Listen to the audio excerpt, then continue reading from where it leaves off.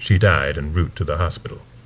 With the A-Team's ability to cause terror and fear like that, indeed, to erase anyone who might be a credible witness against them, it was hard to cultivate credible informants to take them. We had to be a little more creative. The only way to take down a group so organized, tight, and feared was to go to the people around them, starting at the gutter bottom. You go to their enemies, their girlfriends, maybe their neighbors are sick of putting up with their mayhem. There's always one disgruntled citizen in the bunch who's sick and tired and doesn't want to take the neighborhood bully's shit anymore. Me? I always found baby mamas to be the best informants. If the perp didn't pay his child support, if he's not taking care of his kids, if he's messing around with someone on the side, his baby mama will tell you anything and everything. Shit, she'll even show you where he hides his guns and drugs, and even the addresses of his other girlfriends, which is usually where he's hiding out. Most of the informants who helped take down the A-Team came from arresting the people around them. As a result, the kind of people we were dealing with were not always the most trustworthy. Some of the guys from the A-Team's lower levels had been arrested for selling crack, or maybe they had a shooting or assault on their record. They'd be the losers of the bunch, often predicate felons. A predicate felon is someone who's convicted of 2 felonies or more.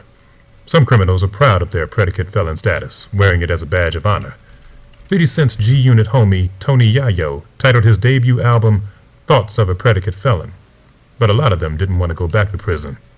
And if you have multiple felonies, it means you're going to start doing real time, which isn't fun as you get older.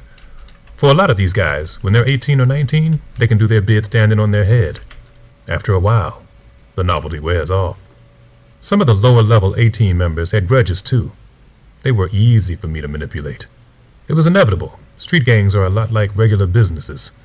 They are those making bank at the top, but the kids on the corner, the ones who are exposed, the people doing the real work, they're the ones getting screwed.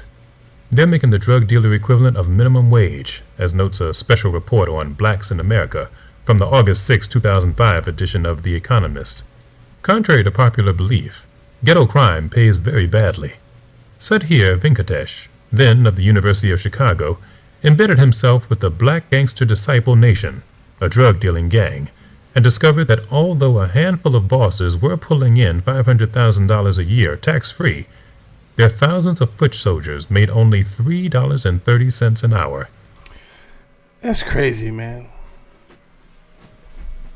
And I always say it's about risk to reward. Risk to reward. It don't be adding up.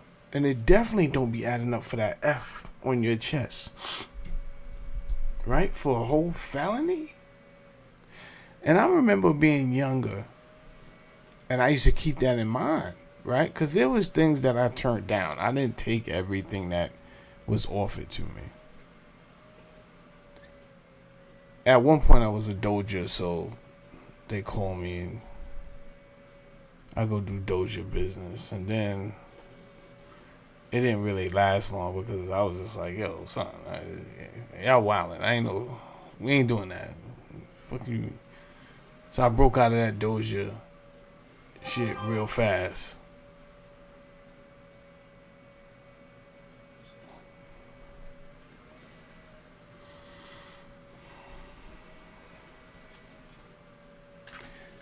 And there's certain jobs I consider. Alright, that sound like there might be some money in that. And there was jobs I'm like, nah, y'all wildin', bro. And it was crazy because me and the cat that started on the same day. And I knew him before we started getting busy in the streets. Together we was like Batman and Robin. I knew him, but I didn't know he knew the cats that I was dealing with. Me and him knew each other just from hanging out with these other girls. So I guess they thought that, yo, I'm going to introduce these two cats to each other. They don't know each other, but we knew each other. He came from good stock, too. He came from a good family. They had property. They had stuff. He just told me he wanted his name to ring bells. That's what he told me. There's a price to pay for that. And it's crazy what we don't know in our youth. And I really wish, and I know I don't wish more than he wish, that he could take back, or he could just turn back time, right? Because inshallah, I never ended up in that joint. I turned things down. They called him one night. He ended up robbing a place, and he got caught.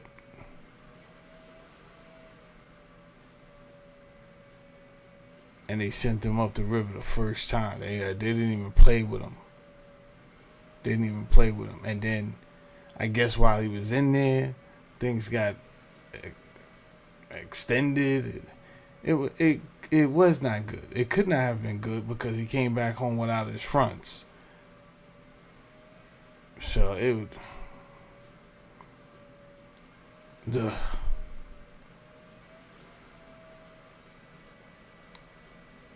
And I just think what he could have been instead, but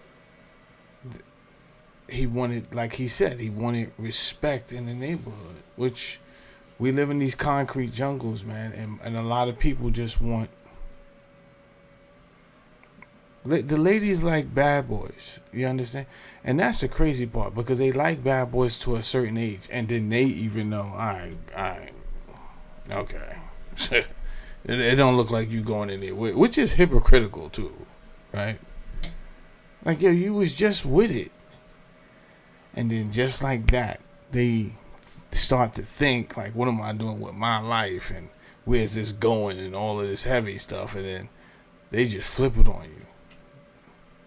They want to give the square, the L7, a chance.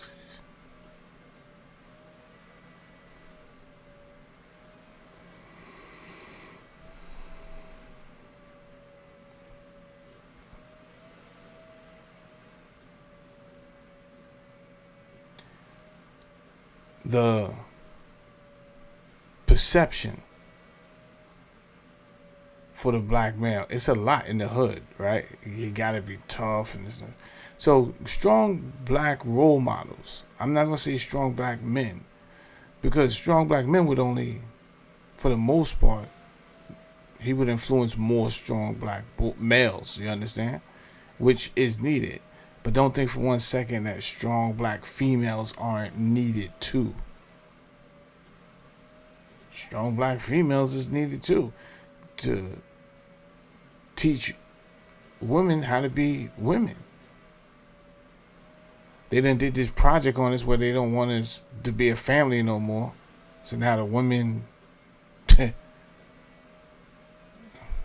I'm not getting into that right now. Y'all know what time it is with that. Let's continue listening. Less than the minimum wage. As well, each foot soldier had a 1 in 4 chance of being murdered. It's not surprising then to learn that under such conditions, the crew's lowest level soldiers are treated like they're disposable, which only increases their rage when something goes wrong.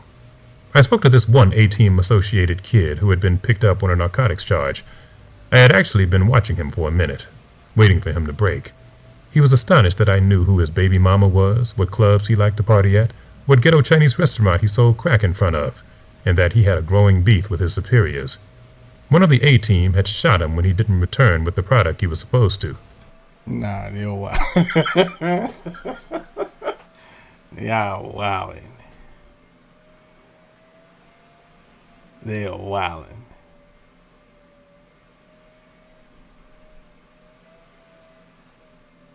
Yeah, that would have been his last time shooting anything. You're bugging.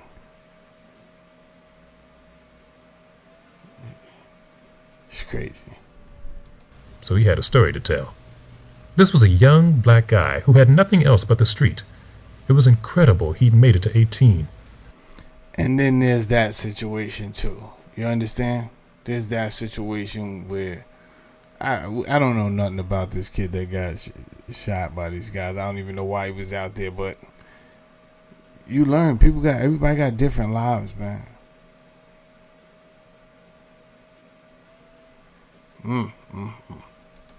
He'd been busted first by a narcotics team, who allowed me to do a debriefing for the cases I was working on. This informant was very afraid. His life was literally in the balance. He knew he could be spending a serious chunk of his life in jail, and he knew what the A-Team could do to him, to his family, to his kid.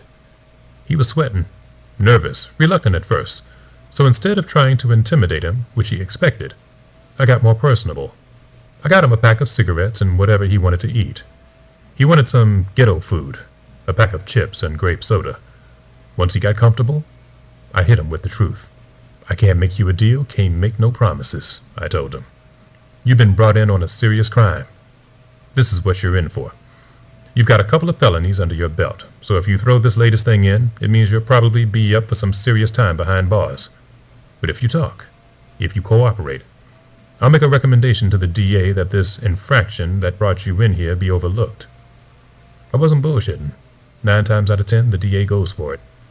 He thought about it for a second. Going back to jail? He said. Nah, I'll tell you whatever you want to know, money. This is a book written by Derek Parker.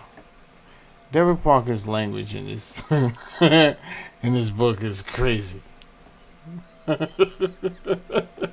I doubt that people were saying anything like, yo, I'll tell you whatever you want to know, money.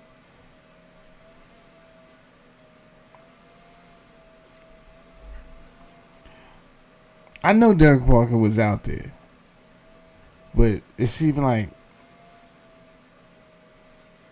maybe he wrote this book later on. Like, he making it sound so corny.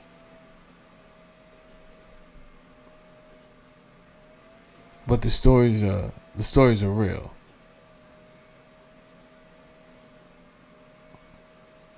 But shout out Derek Parker, because I did ask him for the interview. He said he was going to get back to me. As you can see, he has not gotten back to me. He spilled a lot about A-Team activity, but in particular, he told me how Chris and Herman Brothers were up-and-coming drug dealers, and there was a lot more. We learned that the A-Team was involved in a lot of homicidal activity, and that the scale of it was bigger than we ever expected. Drug trafficking, gun trafficking, money murders, territorial murders, drug-related murders, murders as punishment.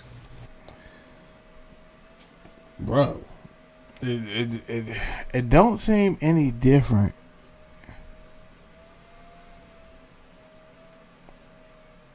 than these kids that was out here murdering just shortly ago, or even today, as you would say. But it seemed kind of worse than right now.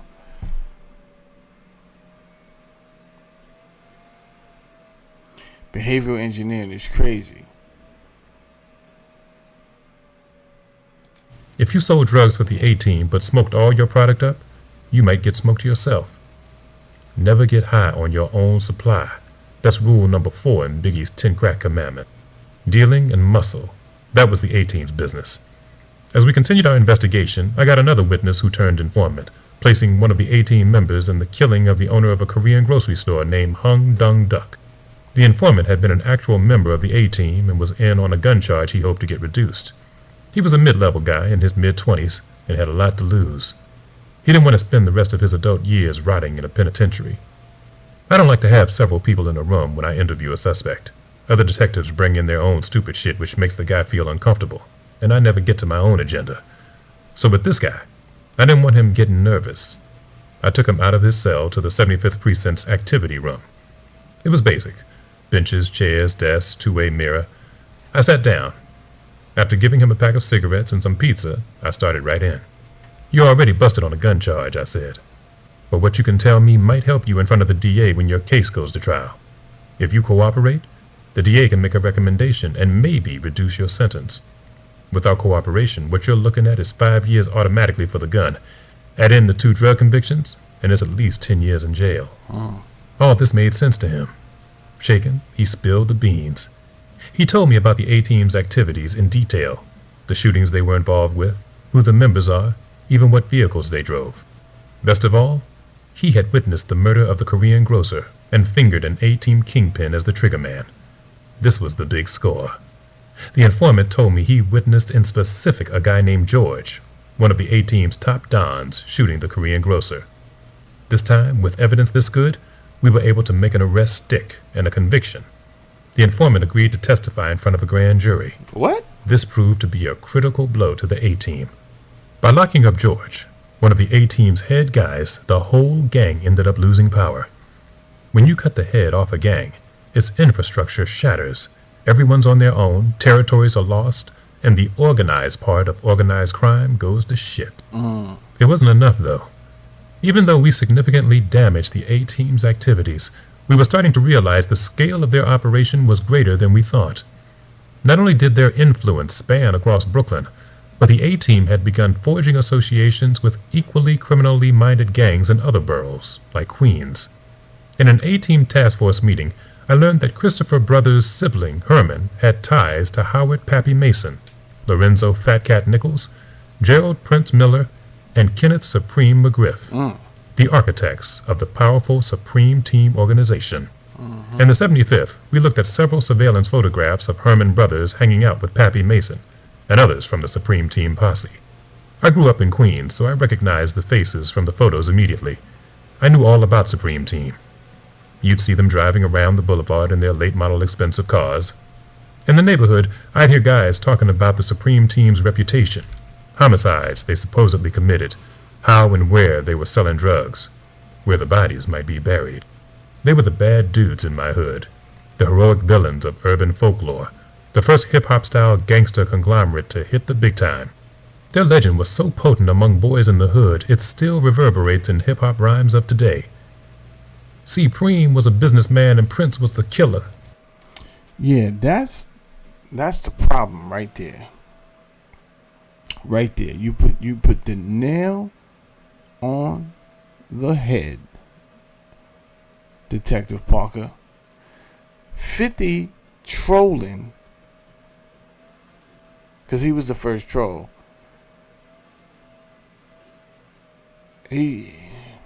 I don't think he knew how much trouble he was going to cause by writing that.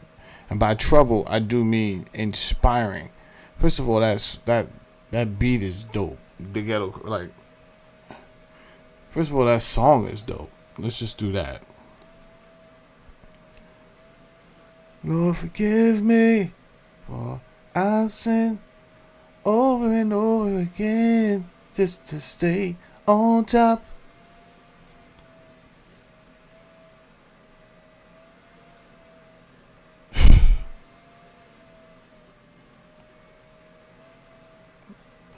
Been dope.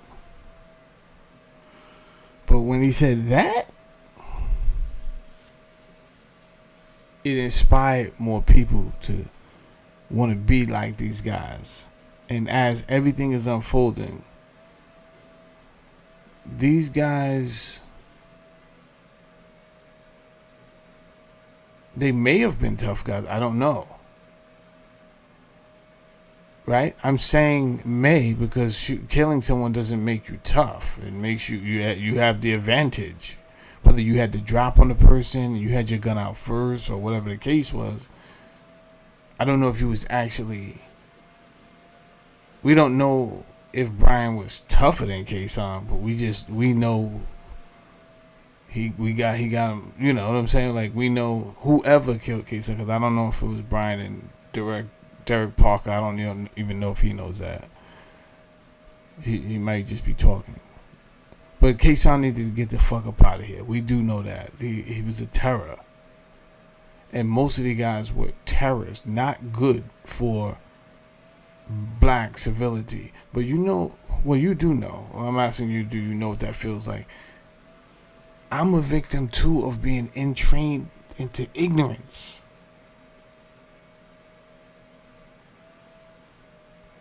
So, to the young black mind, it's like, yo, which would you rather have? A community that is thriving without, like, no violence and all that other stuff, or these cats out here getting money and all that? Young black boy gonna be like, yo, the cat's getting money, man. And he gonna come up with some reason in his head. But like I said, it's somebody else today. It could be your family tomorrow. It could be your mother that was coming home with groceries and got shot for no reason at all. Mistaken identity. Like, the stories I'm hearing are crazy. For these people to be taking life out, like, yo, just turning people's clocks off. And it's nothing at all. But again, I know their senses were dulled by the money that was coming in.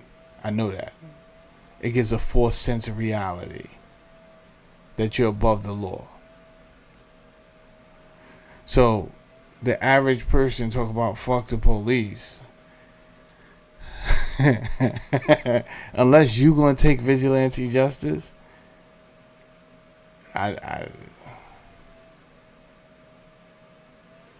right? Especially during this time. That's why I said I was surprised that they even sent a cop in front of Arjun's house to protect him from the crack dealers. And even that wasn't good enough. These people were brazen, bro. They shot the cop that they sat in front of the house.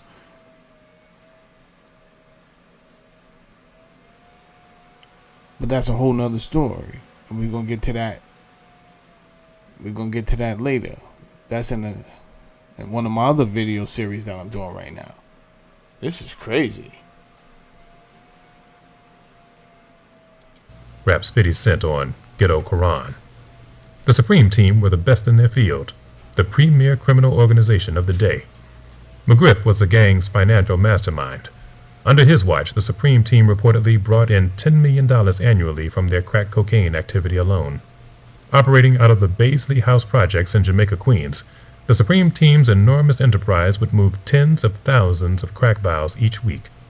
Meanwhile, the Supreme Team's homicidal instincts knew no bounds and were growing bolder by the week. Crazy. They appeared untouchable. In 1985, McGriff was sentenced to 9 years on gun and drug charges, but got off with under 2 years in prison due to a problem with a search warrant used in his case. But what had really stoked the NYPD's ire was the Supreme Team's deathly impulses toward the police. Most criminals don't go after cops as a general rule. It's bad for business, as it raises the bloodlust in the boys in blue to unacceptable levels. Naturally. This is what I'm saying. They I don't know how much money they was making because the stories are going up and down and they're not really making sense. They're not for we had 400 kilos coming in. This is not making sense on how y'all was moving. It's not making sense. But the Supreme Team felt they were above the law, with a license to kill. These guys made the Sopranos look like pussies. In the Supreme Team's eyes, anything with a badge was a target. The NYPD was particularly heated about 2 such incidents. Fat Cat Nichols had put out a hit on his parole officer, and in an even more brutal move, Pappy Mason ordered the murder of Edward Byrne, a 22-year-old NYPD officer barely out of the police academy. Early in the morning, on February 26, 1988, Byrne was shot 5 times in the head while sitting in his patrol car in Queens's 103rd Precinct. The reason behind Byrne's killing? He was protecting a witness who, sick of seeing his neighborhood devolve into a narcotics zoo, was willing to take a stand and testify against the Supreme Team. To NYPD top brass, Byrne's killing was a throwing down of the gauntlet that had to be punished.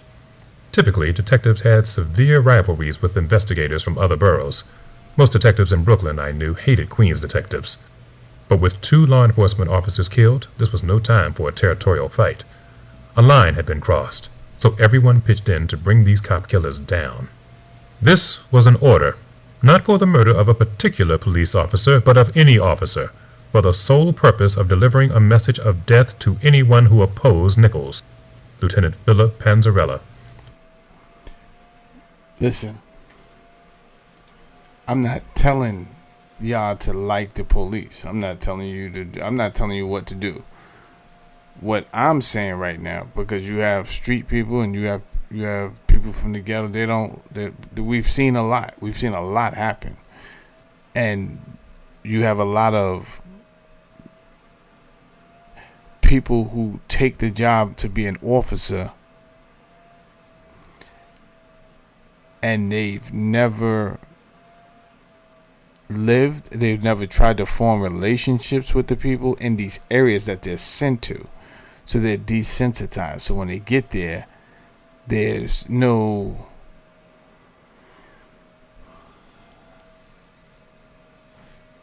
I hate to use the word relationship.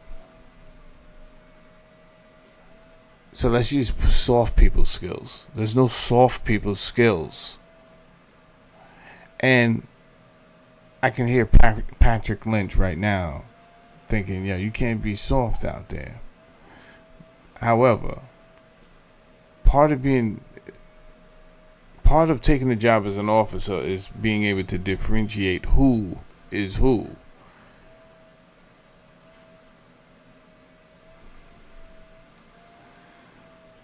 Everyone's not a suspect in a crime. Everyone can't be a suspect. So you can't treat everybody like a suspect.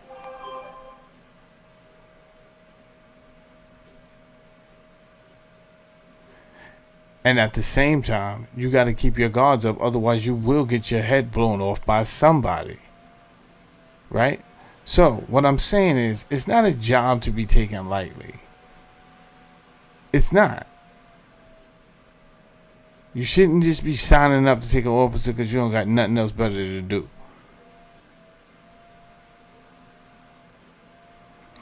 I think one of the worst things they ever did was federally fund the police.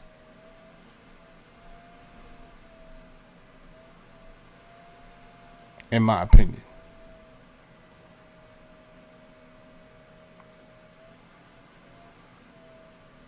That did something negative to the community police officer relationship. So when they said defund the police, that's what they was really saying. But by the time it got to marketing and public relations and all that, they put a spin on it to make it seem like, oh, you want to y'all want less police officers on the street. No, that's not what we're saying. But I don't understand why. Especially if you're not even trying to have soft people skills with the community. Because everyone is y'all not even trying. So y'all seem like a military to us. I get it. I totally understand. And I say all that to let you know I understand. However, if you are a civilian, there are ways to form relationships with the police. You should not be. If you are a regular civilian, you should not be running around talking about fuck the police. Because I don't know who's going to save you if they don't. I'm just being honest with you. Unless you're going to take the law into your own hands. You might want to attempt to speak to the chief and propose some ideas to him if that's how you feel. If you feel like I feel, like, yo, why is your officers treating everybody like victims? And you have some evidence of that, maybe you bring it to down the pipeline. Anyway, I want to end with this right here, if you made it this far, because some people don't make it to the end of my videos. I just want to show you this right here.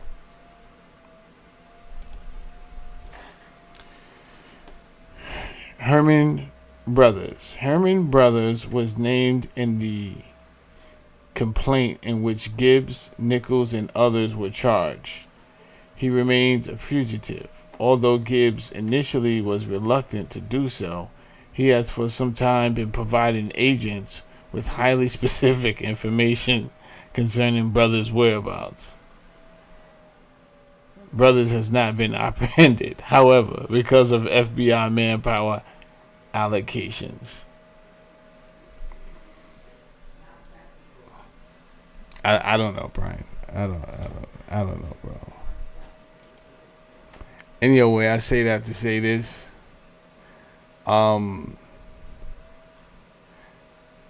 Brothers had to be his man because he took out K-Sign for Christopher Brothers. You understand? So Herman had to be his man. And yet, when it comes down to it, when it comes down to facing the biggest gang in the United States, which is the Criminal Justice Department, a lot of these cats don't hold up, and they fold like Lou Ferrigno on coke. Hit the like button, hit the hype button, and do subscribe to my channel. Thank you for watching. Peace out.